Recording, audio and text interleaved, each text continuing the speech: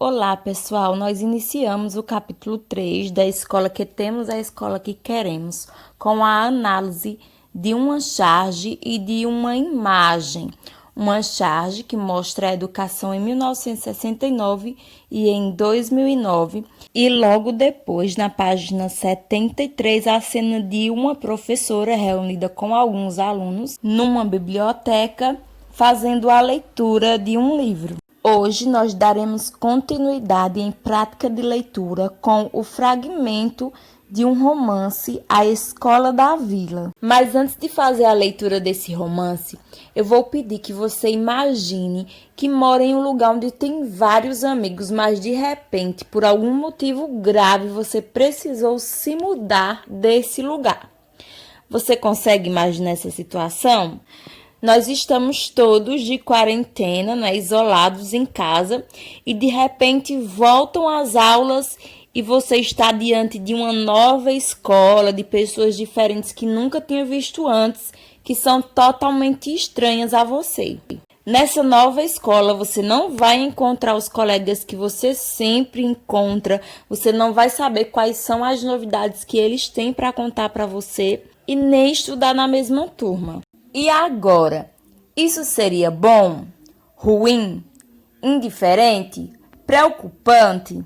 Bem, o trecho do texto que a gente vai ver agora aborda justamente essa situação vivida por Cazuza, que é um personagem do romance de Viriato Correia, do qual foi extraído esse trecho. A Escola da Vila.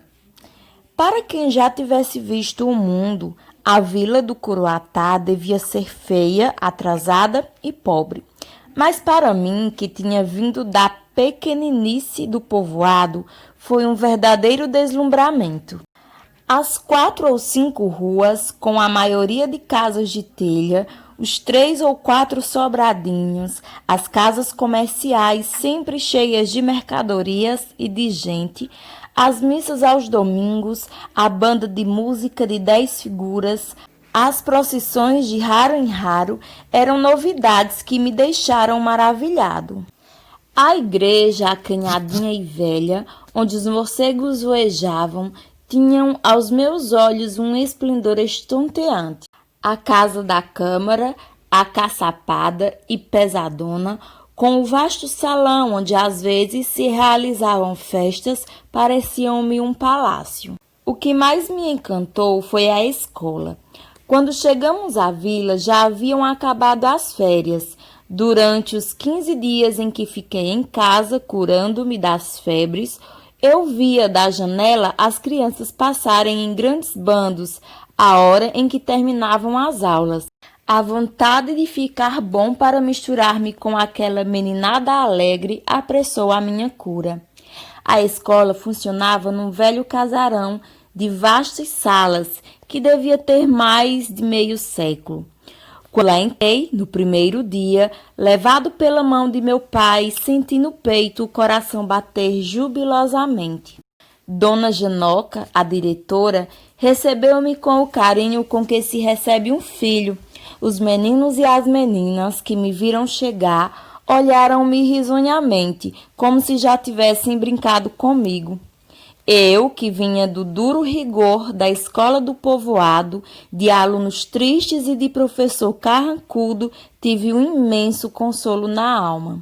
A escola da vila era diferente da escolinha da povoação, como o dia é da noite. Dona Janoca tinha vindo da capital, onde aprendera a ensinar crianças. Era uma senhora de 35 anos, cheia de corpo, simpática, dessas simpatias que nos invadem o coração sem pedir licença. Havia nas suas maneiras suaves um quê de tanta ternura que nós, às vezes, a julgávamos nossa mãe.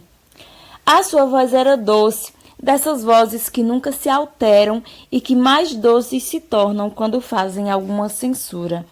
Mostrava sem querer um grande entusiasmo pela profissão de educadora. Ensinava meninos porque isso constituía o prazer de sua vida. Se um aluno adoecia, ela, apesar dos fazeres, encontrava tempo para lhe levar uma fruta, um biscoito, um remédio. Vivia arranjando livros, papel e lápis nas casas comerciais para os meninos paupérrimos. Se um pai se recusava a mandar o filho à escola, corria a convencê-lo de que o pequeno nada seria na vida se não tivesse instrução. Quando chegou da capital para dirigir o grupo escolar da vila, o prédio em que as aulas funcionavam estava em ruínas e o mobiliário, de tão velho e maltratado, já não servia para nada. Era preciso dar àquilo um jeito de coisa decente, mas não havia vintém. Ela trazia como auxiliares as suas irmãs Rosinha e Neném, ambas moças, e as três deixaram o povo surpreendido. Saíram de casa em casa a pedir auxílio para as obras, fizeram rifas, organizaram festas, leilões, bazares de sorte, tudo enfim que pudesse render dinheiro. E a vila, cochilona e desacostumada a novidades, viu com pasmo Dona Janoca e as irmãs de broche e pincel nas mãos, caiando e pintando paredes. E a velha casa, de mais de meio século, ressuscitou maravilhosamente, como os palácios surgem nos contos de fada. Os salões, amplos e claros, abriam-se de um lado e de outro do vasto corredor, com filas de carteiras escolares, vasos de plantas, aqui e ali, e jarras de flores sobre as mesas. As paredes, por si sós, faziam as delícias da pequenada. De alto a baixo, uma infinidade de quadros, bandeiras, mapas, fotografias, figuras recortadas de revistas, retratos de grandes homens, coleções de insetos, vistas de cidades, cantos e cantinhos do Brasil e do mundo. E tudo aquilo me encantava de tal maneira que eu, às vezes, deixava de brincar todo o tempo do recreio para ficar revendo paisagens por paisagem, mapa por mapa, figurinha por figurinha. Pessoal, agora que já fizemos a leitura, resolvam a atividade por dentro do texto, nas páginas 75 e 76.